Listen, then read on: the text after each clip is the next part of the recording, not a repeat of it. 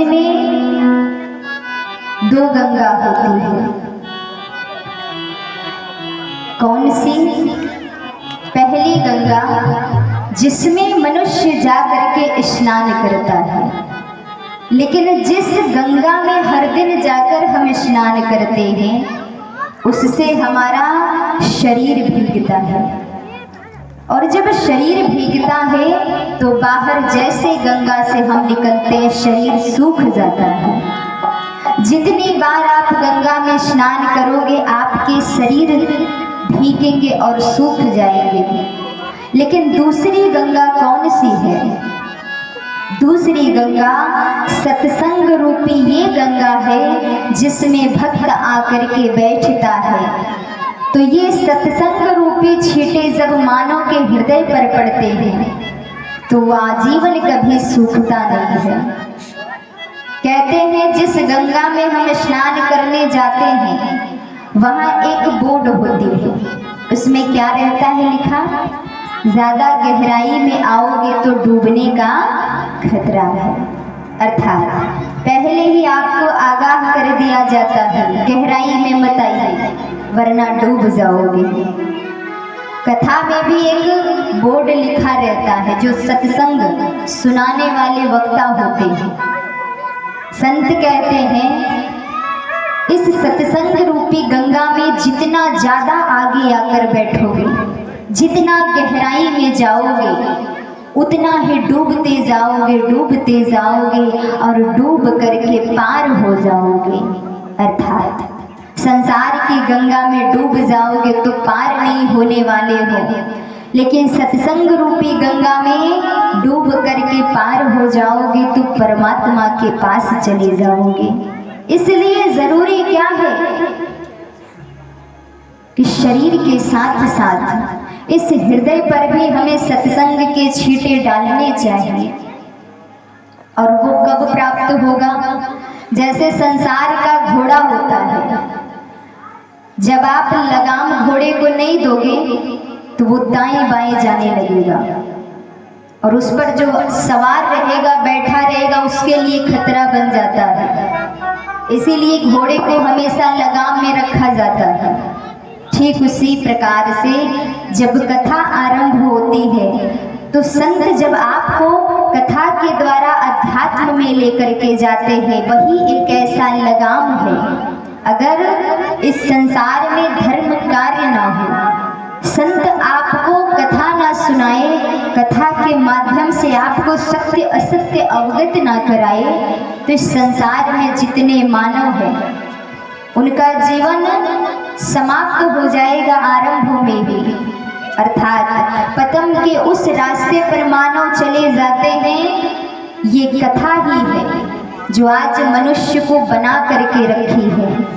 विवेक हमारे पास है, बुद्धि हमारे पास है, लेकिन हम उसका उपयोग कैसे करें? तो कथा में जब आप बैठोगे, संत के सानिध्य में बैठोगे, तब जाकर के। लेकिन आज के कलयुग में मानो भोजन की चिंता सबको होती है, लेकिन भजन की चिंता कितनी होती है? भोजन मिल जाए, समय एक सिद्ध होता है मानव का, इस टाइम पे हमको भोजन करना है। कई बार तो इतने पुरुष होते हैं कि अगर भोजन समय पर ना मिले तो तर्क करने लगते हैं, लड़ाई करने लगते हैं। अरे अभी मेरा समय हो गया, आज कैसे आगे पीछे समय चला गया। अर्थात जितना हमें भोजन की चिंता होती उतना हमें भजन की चिंता नहीं होती। कहते प्रभु के नाम में भजन ज्यादा होना चाहिए, भोजन कम होना चाहिए। और अगर भोजन अधिक होगा तो भजन नहीं हो पाएगा। आज के समय में अगर भगवान की नाम लेने की बारी आती है ना, अभी कोई सूतक लग जाए, किसी की मृत्यु हो जाए, तो लोग पहले ही क्या करते? पूजा पाठ सब छोड़ देते। अब भैया 12 दिन तक तो माला टांग देंगे खूंटी में, अब 12 दिन तक पूजा पाठ सब बंद। हम ये नहीं कहते कि आप पूजा पाठ करिए, लेकिन आप भजन कर सकते हो। जो वैष्णव परंपरा में आ जाते हैं उनके लिए छूट है।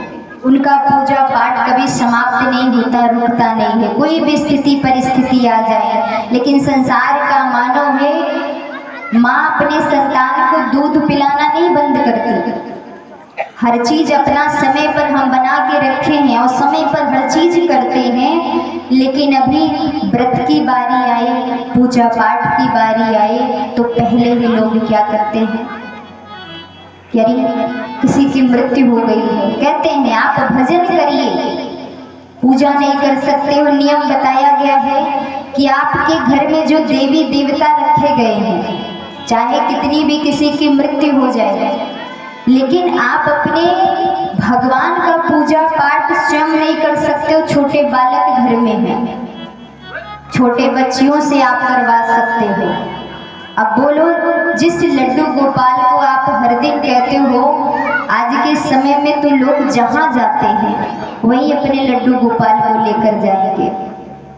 कहीं भी चले गए, ये कहाँ लिखा है? कहते हम गली गली घूमे और अपने लड्डू गोपाल को लेकर गली गली घुमाते हैं। गंदगी कैसी भी स्थान हो, लेकिन हम जाएंगे तो हम क्या कहते हैं कि आज हम जा रहे हैं घूमने, तो अपने लड्डू गोपाल को भी घुमाने ले जाएंगे। विचार करिए, जो संसार को घुमा रहा है इसको आप क्या घुमाओगे? जिस दृश्य को देखने आप जा रहे हो वो दृश्य तो भगवान ने बनाया है। घूमने की आवश्यकता भगवान को नहीं, आपको है। ये जो संसार में आप घूमने जाते हो, कहते हैं हर स्थान पर कभी अपने भगवान को लेकर नहीं जाना चाहिए। लोग आज के समय है कहीं भी जाएंगे, किसी भी गंदगी में जा रहे हैं, लड्डू गोपाल को साथ लेकर जाते हैं। घर पर रहिए, घर पर पूजा पाठ करिए, शुद्ध मन से करिए। कहते हैं आप कहीं भी रहिए, लेकिन आप अपने मन से भगवान को पूजा पाठ कर सकते हैं। कहीं बहुत दिन के लिए जा रहे हो तो उस स्थान पर लेकर के जाओ, लेकिन कहीं रोड में गली में कहीं भी जा रहे हो तो वहीं लेकर कितनी माताएं चल देती हैं। भगवान की भक्ति करना मत छोड़िए। भगवान के जिस दिन आप एक दिन भी भूखे नहीं रह सकते हो घर में, लेकिन हम 10-10, 12-12 दिन तक अपने भगवान को घर में ऐसे रख देते हैं। कहते हैं अब हमारे घर में तो मृत्यु हो गया है, अब पवित्र हो गया हमारा घर। देखा जाए तो कौन सा स्थान पवित्र है और कौन सा स्थान अपवित्र है? हमारा मन ही होता है। जिस मन को हर दिन अपवित्र बनाकर रखे हैं उस दिन विचार नहीं करते हैं। जब किसी की मृत्यु होती है तो मृत्यु के बाद जब हम साथ में लेकर जाते हैं तो पीछे से क्या बोलते हैं? क्या बोलते हैं?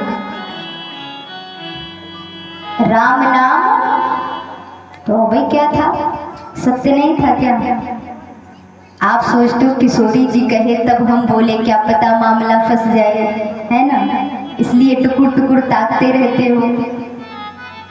तो अभी ऐसे देख रहे थे, यही है अगर किसी के घर में अभी विवाह पड़ जाए और कोई वही दूसरा व्यक्ति आके कह दे उसी आंगन में खड़े होकर राम नाम सत्य है, तो लोग उसी समय मारने लगते हैं कि हमारे घर में इतनी खुशियां आई, उत्सव मनाए जा रहे हो, तुम यहाँ राम नाम सत्य करने आए हो। लोगों को क्रोध आता है ना। लेकिन जिस सत्य से हमें क्रोध आ रहा है वही जीवन का सत्य है। और राम नाम सत्य हमें भूलना नहीं चाहिए, हर दिन कहना चाहिए, क्योंकि राम नाम सत्य आज भी है, कल भी था, जब हम नहीं थे तब भी था, जब हम नहीं रहेंगे तब भी रहेगा। ये राम नाम सत्य जीवन भर रहता है और सत्य कभी बदलता नहीं है। इसीलिए हमें हर दिन इस जीवन में राम नाम सत्य बोलते रहना चाहिए। यही जीवन का आधार है, इसको छोड़ना नहीं चाहिए। घर में रहिए, काम करते रहिए, लेकिन मुख से क्या कहते रहिए? कहते हैं मुस्कुरा के चलो, गुनगुना के चलो, मुस्कुरा के चलो, गुनगुना के चलो। जीवन संगीत है, स्वर सजा के चलो, सजा के चलो, स्वर सजा के चलो